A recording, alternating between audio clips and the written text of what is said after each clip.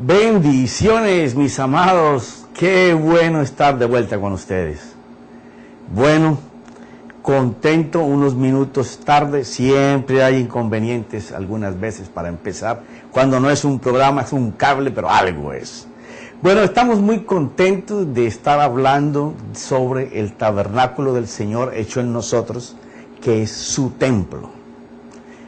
Entonces, hemos estado hablando desde que empezamos, que es el servir al Señor. Y cuando hablamos del servir al Señor, estamos hablando de sacerdocio. Entonces, es como nosotros debemos de oficiar en este lugar que está dentro de nosotros como sacerdotes.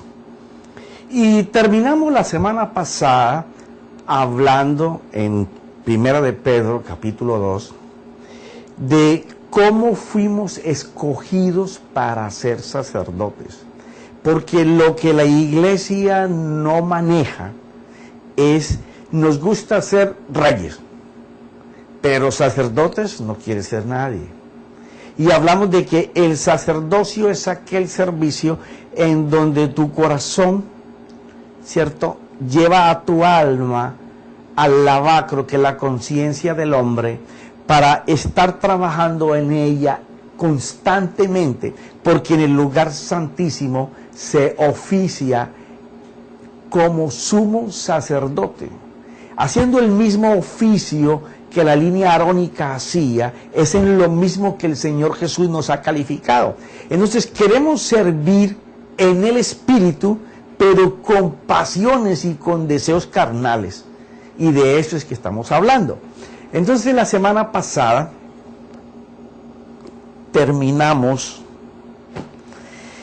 en Pedro, Primera de Pedro, capítulo 2.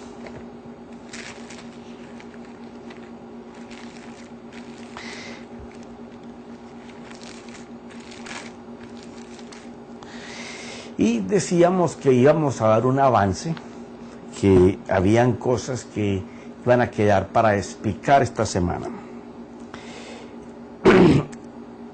Arranquemos en el versículo 4. Viniendo a él como a una piedra viva, desechada por los hombres, pero escogida y preciosa delante de Dios. Ya explicamos eso la semana pasada. También nosotros, como piedras vivas, o sea, comportamiento como de piedra viva, como piedras vivas. Tengo mi Biblia tan rayada que a veces me cuesta. Sed edificados como casa espiritual para un sacerdocio santo. O sea, estamos hablando de la palabra de desear, la palabra como niño y palabra que no sea adulterada. O sea, que la palabra, la finalidad de encontrar en el conocimiento la sabiduría de Dios es para nosotros crecer. Para nosotros crecer. Entonces, ¿pero para crecer en qué? Para crecer en el servicio a Dios. Porque ahora el tabernáculo está en nosotros. Y es necesario que nosotros sepamos movernos como sacerdotes en ese templo hecho por Dios. Entonces, la finalidad es el servicio a Dios. Ahora, vamos a ver cómo lo hace. Como piedras vivas para ser edificados como casa espiritual para un sacerdocio santo. O sea, el sacerdocio para la manera de servir al Señor, como lo hacía el sumo sacerdote en este lugar santo, servicio santo. Para ofrecer sacrificios espirituales aceptables a Dios por medio de Jesucristo. Y aquí es donde tenemos que hablar las cosas que la semana pasada habíamos dejado, que es nosotros poder hacer sacrificios que agraden a Dios. ¿Cuáles son esos sacrificios? Las cosas que nosotros tenemos consentidas en nuestra vida, que le he estado llamando los pecados concebidos, los pecados consentidos, perdón, que son aquellos que nosotros sabemos que tenemos, pero que no hacemos nada por cambiarlos. Y entonces queremos servir a nuestro Dios en el Espíritu, pero con una, arrastrando una cadena de concupiscencia. Entonces, la vida de un sacerdote no era solamente servir a su Dios en el lugar santo y santísimo, porque esto ahora es un solo lugar, es el Espíritu perfecto hecho por Dios, en donde habita el Espíritu Santo y está en nosotros. Es cómo nosotros servir en este lugar con ese grado de santidad que Él nos pide, porque ese es el motivo por el cual hay que estar fabricando unción y haciendo muletas para tratar de enseñar que somos espirituales y de que tenemos unción de Dios. Cuando todo esto se da, si nosotros actuamos como sacerdote delante de Él. Entonces, el mismo apóstol dice en el versículo número 9, dice, pero vosotros sois linaje escogido, real sacerdocio. O sea, cuando el Señor nos está hablando de que nosotros somos real sacerdocio, estoy en 1 de Pedro capítulo 2 versículo 9. O sea, pero vosotros sois linaje escogido. ¿Qué fue lo que hizo que nosotros fuéramos escogidos por el Señor? El que el Señor Jesucristo, nuestro sumo sacerdote, al cubrirnos con su sacrificio y su sangre, el sacrificio que se hacía por el pecado en este lugar, al Él reemplazarlo y estar vivo permanentemente 24 horas en nuestras vidas, nos hizo un camino para llegar al lugar santísimo, en donde reyes, en donde grandes guerreros, profetas, nunca pudieron llegar. Tenían que conformarse a lo máximo, como Salomón, subirse en unas escalinatas cerca del altar de bronce para hablarle al pueblo. Otros muy influentes podían llegar hasta estos lugares, pero ni al lavacro podían llegar siquiera. Entonces el Señor nos abre un camino por su sangre, por la muerte en su cruz, por ya estar nosotros redimidos para la eternidad, de poder nosotros venir a este lugar santísimo, por el camino que Él nos abre por su cruz y por el sacrificio y por la sangre de nuestro Señor que nos cubre. Entonces, cuando eso sucede, ya tú y yo tenemos entrada al lugar santísimo. Ahora, el lugar santísimo, ya ahora no hay santo ni santísimo. Eso, al romperse el velo, lo que los sacerdotes no podían ver si el velo no estaba porque morían, solamente el sumo sacerdote una vez al año podía entrar a ese lugar.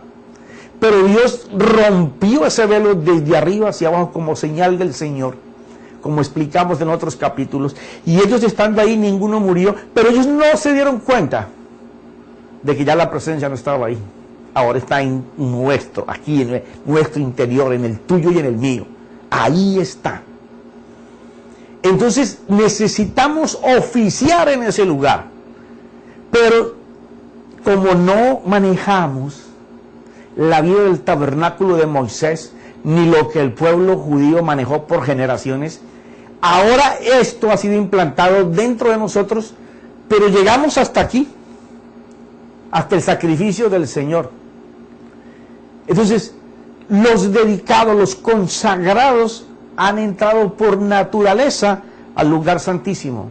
El resto de la iglesia goza de chispitos, de momentos, pero que no es la vida de presencia de Dios.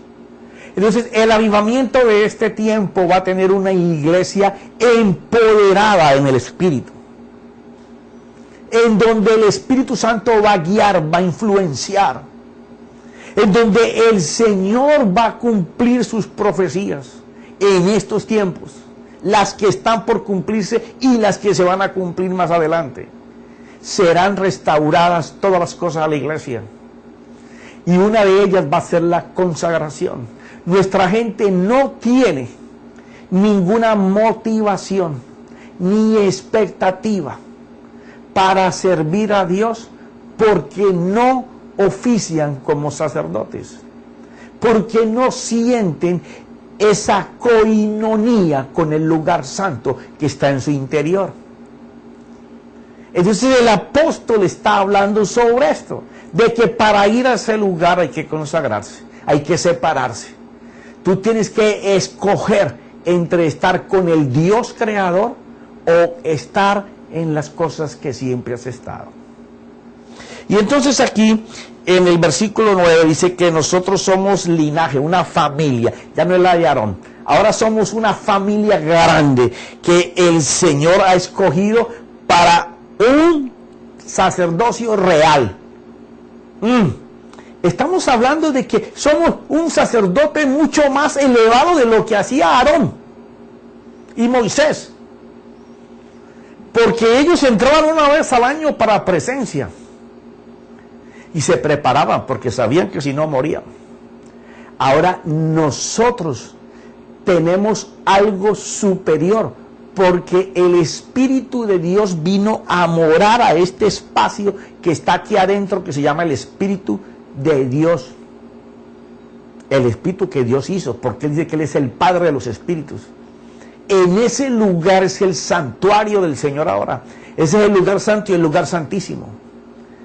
Entonces Él dice que hemos sido escogidos todos los redimidos por la sangre del Señor para oficiar en ese lugar para nuestro Dios. Ahora, el oficio de ese sacerdote tenemos que tenerlo muy en cuenta, porque ya no se trata de pedir para ti o de hacer cambios en tu vida. En este lugar se entra para oficiar para el Señor, para hacer las expectativas de Dios, las intenciones de Dios, los pensamientos de Dios, y 100% que va a ser sobre las necesidades de los que no han llegado ni siquiera a la puerta de salvación. Entonces dice así: esa familia que es un linaje escogido, que es un real sacerdocio, ahora Él le llama nación santa, porque ya no es una tribu. Todos sus hijos forman una nación santa, pueblo adquirido para posesión de Dios. O sea que el sacerdocio no solamente es para que tú sepas que el Señor te colocó ahí, no, para que te posesiones de la deidad de Dios en el espíritu, en tu espíritu, para que influencie tu alma y tu corazón. Porque ¿por dónde tú crees que Dios se va a exteriorizar a todo lo material, a todo lo físico? Usando tu corazón y tu alma. Por ahí va a expresarse. Entonces se necesita consagración, disciplina. Eso es lo que le falta a nuestro pueblo en este tiempo. Y eso es lo que Dios va a hacer. Va a consagrar su pueblo. Y lo que está pasando en el mundo es tierra abonada para esa consagración. Mira esto: para posesión de Dios, a fin de que anuncie las virtudes, las maravillas, la salvación, la vida de Dios, la vida con Él y la vida de Él con nosotros y de nosotros con Él. Para eso es que quiere que seamos sacerdotes. Y dice: de aquel que os llamó de las tinieblas a la luz admirable. O sea, de la oscuridad de nosotros, de las tinieblas, Él nos sacó para darnos su luz. Ahora, ¿qué es lo que impide esto? El mismo apóstol Pedro lo narra aquí en 2 de Pedro 2. Vamos a empezar desde el versículo 2. Mira esto. Muchos Pedro, vamos a hablar del primero. Pero se levantarán falsos profetas entre el pueblo, así como habrá también falsos maestros entre vosotros, los cuales encubiertamente introducirán herejías destructoras, negando incluso al Señor que los compró, trayendo sobre sí una destrucción repentina. Voy a leer todo el capítulo pero es para que tú puedas reflexionar sobre él. Muchos seguirán su sensualidad y por causa de ellos el camino de la verdad será blasfemado. Y en su avaricia, o sea, la ambición por el dinero, os explotarán con palabras falsas, o sea, enseñanzas, ya enseñanzas que solamente te llevan a la parte material, enfocadas solo en lo material. Ya no se habla del pecado, ni de la santidad, ni de buscar el rostro, oración profunda, intercesión profunda por las almas, por tocar las casas, por invadir tu cuadra, tu manzana. Ya no hay esa necesidad que es el principio de la salvación de Dios. En el Evangelio es eso. Ese es el reino de Dios que Jesús vino a anunciar. Libertad, libertad, libertad. Mira esto. Porque dice, palabras falsas, el juicio de ellos desde hace mucho tiempo no están, leamos todo. Y en su avaricia os explotarán con palabras falsas. El juicio de ellos desde hace mucho tiempo no está ocioso, ni su perdición está dormida.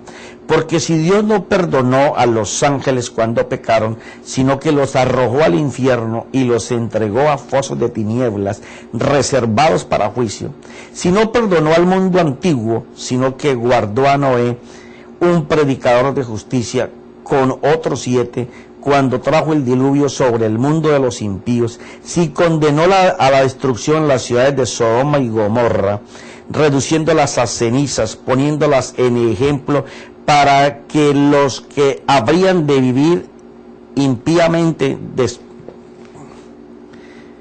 cenizas poniéndolas de ejemplo, para los que habrían de vivir impíamente después. Sí rescató al justo lo abrumado por la conducta sensual de hombres libertinos. O sea, este es un tema muy aparte, pero sí había un justo, Lot. Porque ese justo, por lo que veía y oía, mientras vivía entre ellos diariamente, sentía su alma justa atormentada por sus hechos inicuos.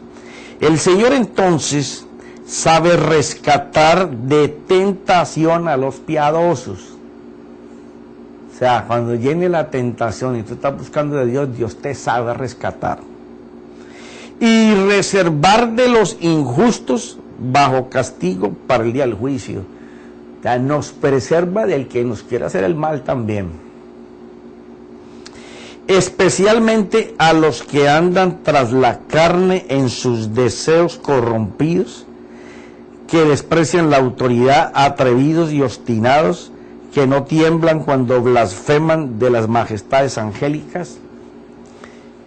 Y dice, y cuando los ángeles, que son mayores en fuerza y en potencia, no pronunciaban juicio injurioso contra ellos delante del Señor. Pero estos, como animales irracionales, nacidos como criaturas de instinto para ser capturados y destruidos, blasfemando de lo que ignoran, serán también destruidos con la destrucción de estas criaturas. O sea, la santidad de Dios tampoco exime de que el juicio se cumpla con los que, conociendo de Dios, se portan mal, ignoran la instrucción, sufriendo el mal como pago de su iniquidad. Cuentan por deleite andar en placeres disolutos durante el día. Son manchas e inmundicias durante el día, son manchas e inmundicias, deleitándose en sus engaños mientras banquetean con otros.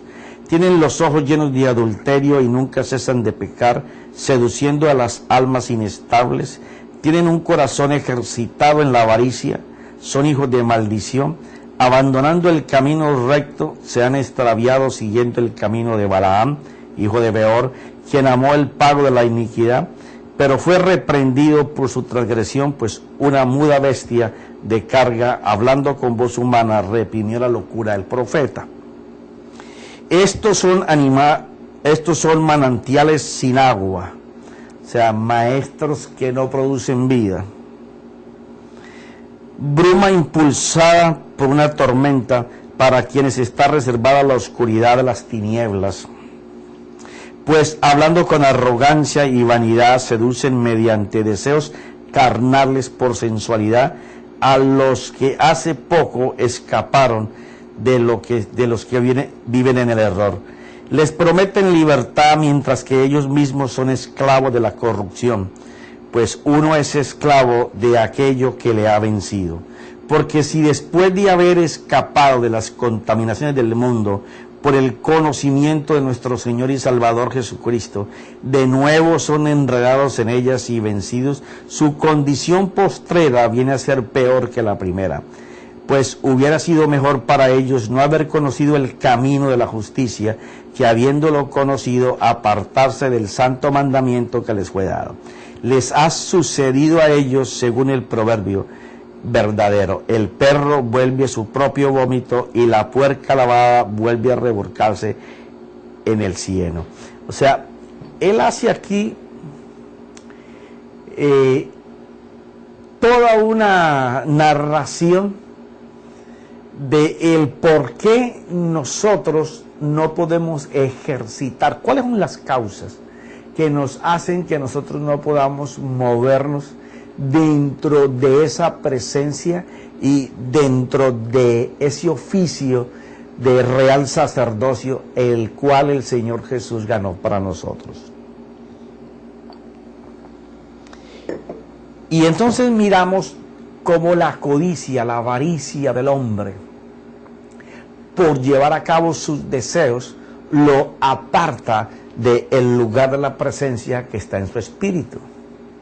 Porque mientras nosotros tengamos de esas manchas, aunque vayamos a la iglesia, cantemos coritos, alabanzas, lloremos, nos quebremos, salgamos a que nos pongan las manos cada rato, podemos hacer esfuerzos físicos, diezmar, ofrendar, nosotros no tenemos participación en el hombre espiritual, que es en donde se manifiesta el Señor. ¿Y por qué es tan importante esto? Porque es que al hombre espiritual fue el que se le dio el gobierno y el dominio. Lo enseñamos en capítulos anteriores. Al alma no le dieron esa autoridad. El alma quiso hacerlo y corrompió una parte que es la que se llama corazón. Entonces ahora el Señor viene por ese corazón para regresarlo a que Él viva bajo el reflejo del Espíritu. La parte espiritual del hombre es la que tiene el dominio, la creatividad, es el que tiene el poder avanzar. ¿En dónde? En los caminos que Dios establece para esa persona. Entonces, si uno no encuentra ese lugar, uno no puede moverse bajo la unción, bajo el poder, bajo la gloria del Dios que quiere usarlo a uno para poder expresarse. Entonces, el ser sacerdote demanda cosas que no estamos acostumbrados a hacer, pero que esta gente sí sabía hacer. Porque si ellos no lo hacían, morían. Duele que si eso pasara ahora, muchos estaríamos muertos. Menos mal que por Jesucristo y por este sacrificio que arde constantemente, no somos muertos.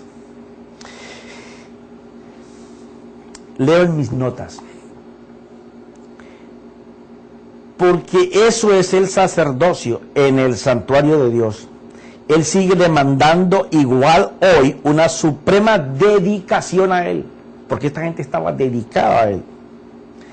Cada cual debe discernir su llamado, su obligación de servicio a Dios. Todos tenemos que buscar de la presencia, pero no todos tenemos el mismo servicio. De eso lo haremos después. Pero cualquier cosa que tengamos que hacer para el Señor, que tengamos toda la fuerza, la eficacia para hacerlo, el cumplimiento de esta labor hace que nuestra función sacerdotal se lleve a cabo, como pasaba en el tabernáculo de Moisés. Habían cientos de sacerdotes trabajando ahí. Unos hacían un oficio, otros hacían otros, pero todos trabajaban y eran sacerdotes. Vemos, pero ahora dentro de tu ser espiritual, el sacerdote nuestro se basa en el corazón. ¡Wow! Yo sé que esto te va a poner las orejas calientes. ¿Por qué el corazón? Porque en él está el culto racional del hombre. De allí la importancia que esté sometido completamente a la voluntad de Dios, que sus afectos le pertenezcan a Dios. Si la parte intelectual del hombre y la parte afectiva no están consagradas a Dios, su voluntad jamás va a tener compromiso con la obra de Dios, ni con las cosas del Señor. Porque los compromisos de Él, sus afectos y en lo que su mente piensa, no es en servir a su Dios como sacerdote, sino en lo que hablábamos en los capítulos anteriores. Un Dios de dame, dame, dame, pida, pida, pida. Mira esto. Porque nuestra naturaleza caída, el hombre viejo, va a estorbar siempre al servicio del corazón como sacerdote. Profeta, ¿y cómo hablamos eso de que el corazón es el que lo va a hacer? Claro que sí, lo vamos a mirar por la Escritura. Pablo narra en Romanos 7:25, que lo vamos a leer ahora, dice que él con la mente, o sea, con su intelecto, sirve al Señor, pero encontraba dentro de él una naturaleza que lo cautivaba no al servicio de Dios, sino a servirle a los instintos, a los deseos de él. Esta lucha, este combate sucede en el corazón. Entonces mira lo que el apóstol escribe en Romanos 7. Romanos 7. Voy a parafrasearte esto, ya hemos hablado de esto en otros capítulos, pero me toca venir al recuento. Versículo 21. Así, lo que quiero hacer, eso hago, ya no soy yo el que lo hace, sino el pecado que habita en mí. O sea, Pablo está reconociendo que hay un dominio dentro de él que es la iniquidad, la raíz que produce el pecado. Entonces dice así: así que queriendo yo hacer el bien, hallo la ley. Escucha esto, una ley no es física, una ley es espiritual. Y esto es bien importante por los siguientes versículos que el apóstol va a expresar. Hay una ley de que el mal está presente en mí. Esa es la ley que Pablo halla, que el pecado está presente en él. Y eso no se va a ir hasta que nos muramos. ¿Por qué razón? Porque él va a estar sujetado, prisionero, encarcelado por la autoridad y la vida de Cristo y el Espíritu dentro de ti. Pero si tú le das alimento, él se levanta. Él se levanta.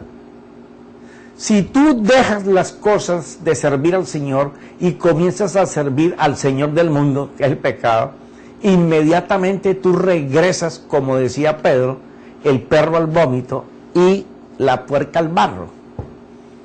¿Por qué razón? Porque esa es la naturaleza caída del hombre. Tú te despojas de la naturaleza caída cuando tú ya no piensas, meditas o practicas sobre eso, sobre esa ley espiritual. Entonces él dice lo siguiente: porque en el hombre interior, aquí, en el hombre interior, me deleito con la ley de Dios. Ahora, quiero hacer mucho énfasis en esto de cuando habla ley.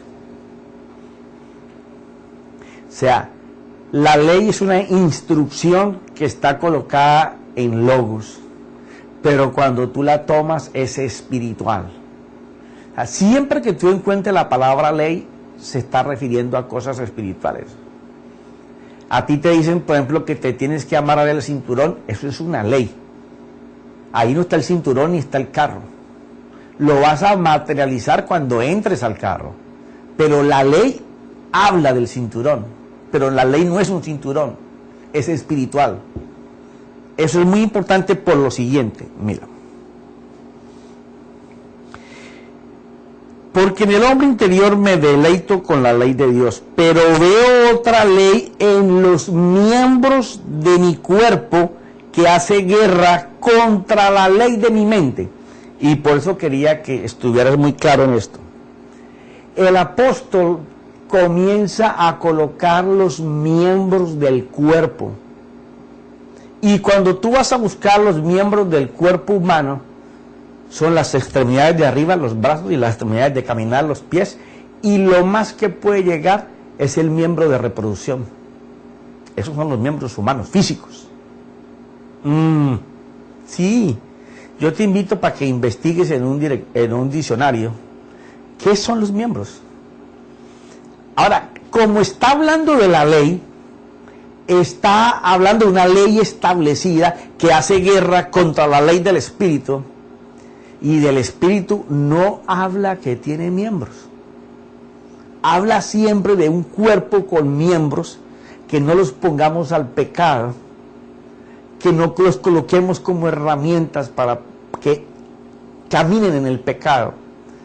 Y siempre estamos hablando de esta carnita, que hemos estado hablando en capítulos pasados.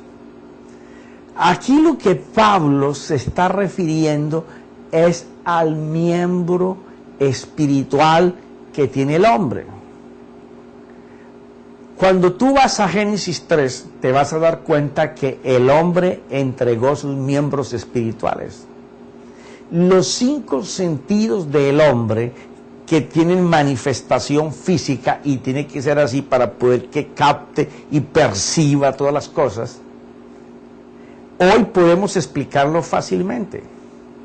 Una imagen que tus ojos transporten, tu ojo no ve. Es como los vidrios de una cámara, transporta la imagen, pero el que va a decidir lo que ve está acá en el interior, donde está codificada la imagen. Cuando tú ves algo que tú no conoces, aunque tú lo ves, tú dices, ¿qué es eso? Y lo estás viendo, pero no sabes. Porque los reflejos de imágenes tienen sus codificaciones acá adentro. Cuando oyes igual, y cuando hueles, cuando tocas, cuando coges y saboreas. ¿Por qué razón? Porque él está hablando de las cosas que necesita la imaginación para poder producir pensamientos que tengan intenciones de ir al mal. Cuando tú estás pensando en esto no es que sea muy profundo, sino que tenemos que apartarnos de los miembros como cuerpo físico. Son las cosas que tenemos en el interior del hombre, no en el espíritu. Él la va a usar también. Están aquí, entre el corazón y el alma. Recuerda que el corazón es una extensión del alma, pero caída. ¿Ya? Que es lo que Dios siempre pide, que es donde está todo lo que mueve el intelecto del hombre, la mente, sus pensamientos, sus ideas, sus principios, sus afectos, sus emociones. Sí, sus sentidos. En donde la voluntad va a ser esclava de quien gobierne allí. Entonces, Pablo lo que está hablando es que el ser, los miembros del ser interior, los que son usados para el pecado, y que son los mismos que hicieron caer a Eva, son enemigos de la ley espiritual de Dios, porque ellos transportan lo que por tiempo estuvieron habituados a hacer, el pecado. Ellos navegan bien ahí en eso. Entonces, una vez que tu ser interior, el alma, comienza y el corazón a generar ideas, pensamientos, ¿Ya? Porque así como la imaginación te puede llevar a la presencia de Dios, te puede meter a tu pasado, a las cosas más perversas en las que tú andabas. Y entonces ahí tus ojos, tus oídos, tu olfato, comienza a recordar todas las escenas vividas. Hasta te encuentras hablando de pronto solo de eso mismo. Y puedes hasta llegar a imaginar tu tacto y cómo fuiste. O sea, se mueve completamente el mundo de los sentidos, que son los que van a mover las emociones, las intenciones, tus afectos. Entonces Pablo dice que esos miembros de ese cuerpo son enemigos de la ley del Señor, porque esos miembros están enseñados a pecar. Entonces él ahora, cuando termina allí el capítulo 7 y comienza el 8, porque recuerda que el hombre fue el que le puso capítulos y versículos a esto, él explica cómo poder sujetar los sentidos para vivir en el lugar santo. Y dice lo siguiente: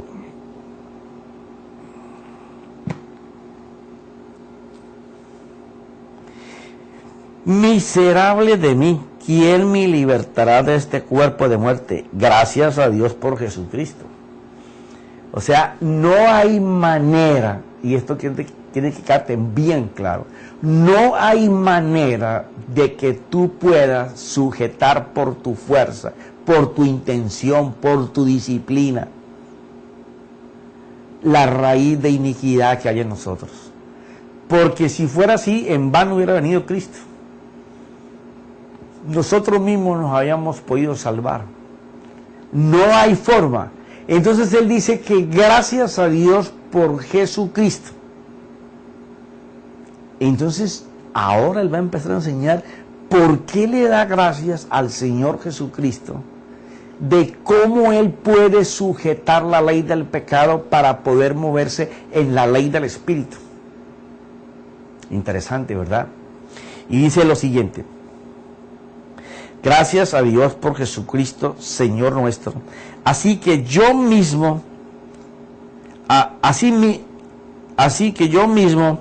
por un lado, con la mente, oye bien esto es muy importante, con la mente sirvo a la ley de Dios, pero por el otro, con la carne, a la ley del pecado. Pablo está diciendo lo siguiente: yo en mi mente, ¿qué hay en mi mente? El intelecto, las ideas, el conocimiento, donde se puede sacar la sabiduría, los principios. Él dice, allí en ese lugar, yo puedo servir al Señor, porque cuando yo estoy metido en ese mundo del Señor, de sus principios, de su palabra, yo puedo estar y creer que le puedo servir. Pero cuando miro la otra parte, donde está la parte afectiva, donde están los sentimientos, las emociones, los apegos, allí esos hacen combate contra aquello que yo pongo en mi mente.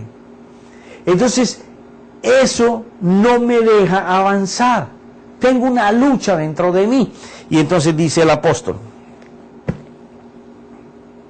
así que yo mismo, por un lado, con la mente sirvo a la ley de Dios, pero por otro lado, con la carne, a la ley del pecado. Y entonces llega el famoso 8.1, que dice, por consiguiente, no hay ahora condenación para los que están, esta palabra, los que están en Cristo Jesús, los que no andan conforme a los deseos de la carne, sería, ahí dice, los que no andan conforme a la carne, sino conforme al Espíritu. ¿Por qué? Porque él mismo expresa en Gálatas los deseos de la carne y qué es lo que el Espíritu desea. Entonces, él dice que la manera de no satisfacer eso es que los que no andan conforme a el no caminar, no hay condenación si uno no camina en ellos, sino que camina en los principios del Señor. Entonces va a decir ahora cómo lograr eso. Versículo 5. Porque los que viven conforme a la carne, aquí está la clave, ponen la mente en las cosas de la carne, pero los que viven conforme al Espíritu en las cosas del Espíritu. Una fórmula sencilla para un capítulo 7 muy controversial. Y llamo controversial porque es el hombre interior tratando de su lucha. ¿Y qué dice? La regla es fácil, muchachos. Como con la mente comenzamos a servir al Señor, si tú quieres andar en las cosas de Dios, no permitas que en tu mente se anide ningún pensamiento contrario a las cosas de Dios. Porque si tú estás pensando en las cosas de Dios, no habrá espacio dentro de tu intelecto para imaginar cosas de la carne. Ay, sí. Mientras nuestra mente esté divagando entre dos pensamientos, entonces nosotros casi que seguro que vamos a ser seducidos por lo carnal. Porque dado la vida que llevamos, nuestro tiempo está más en la vida del sistema del mundo que en la vida de la intimidad con Dios. Pero si nuestros pensamientos están a toda hora afincados al principio de Dios, negándonos, como él mismo dice en 2 de Corintios capítulo 10, versículo 6, llevando todo pensamiento sujeto a la mente de Cristo. Hablamos de tener la mente de Cristo, pero no se trata de que digamos que tenemos la mente de Cristo.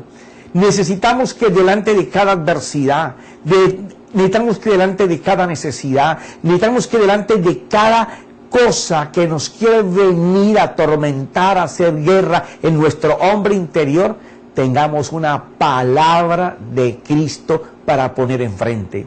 Que tengamos una palabra para meditar en ella, para pensar en ella. Ese es el sistema que Pablo anuncia para poder ni siquiera hacer guerra con los deseos de la carne, sino para vivir en el Espíritu.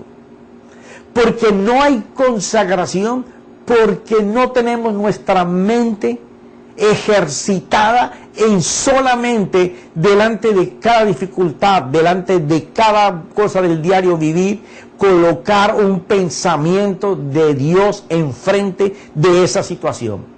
Cuando el hombre y la mujer de Dios entienden que la manera de empezar un sacerdocio, la consagración, la disciplina a la que se tiene que llegar, es que todo pensamiento que me traiga recuerdo o imaginación, que es lo que primero viene, de mi vida pasada, del hombre viejo, o aún de las cosas que hoy sé que yo hago malas y que las he tenido consentidas, desde ese momento que yo empiezo a tratar con él, yo me niego a pensar, a meditar, a imaginar sobre las cosas malas, sino que inmediatamente coloco delante de ese pensamiento un pensamiento de Cristo.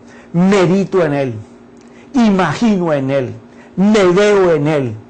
Entonces yo estoy comenzando a ser levantado a servir a mi Dios por solamente ponerme a pensar en la mente de Cristo. Porque terminaré siendo dirigido por el Espíritu Santo. Mira lo que él dice.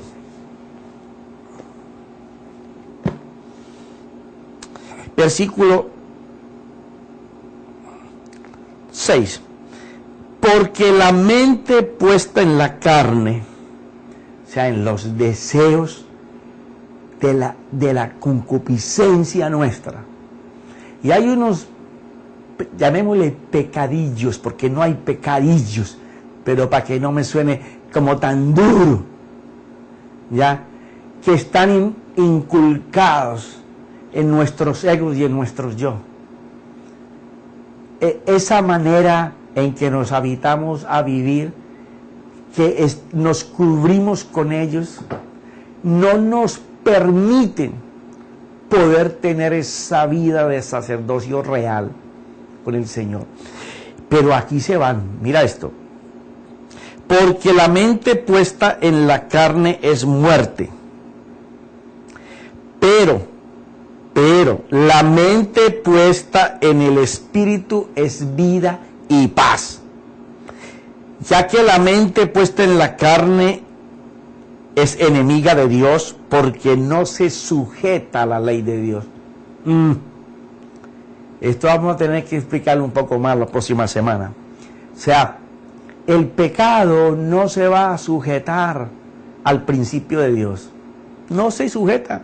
Aquí lo dice. ¿Ya? Porque no se sujeta a la ley de Dios, pues ni siquiera puede hacerlo. ¿Por qué? Porque el pecado está en contra de las cosas del Señor. Y los que están en la carne no pueden agradar a Dios.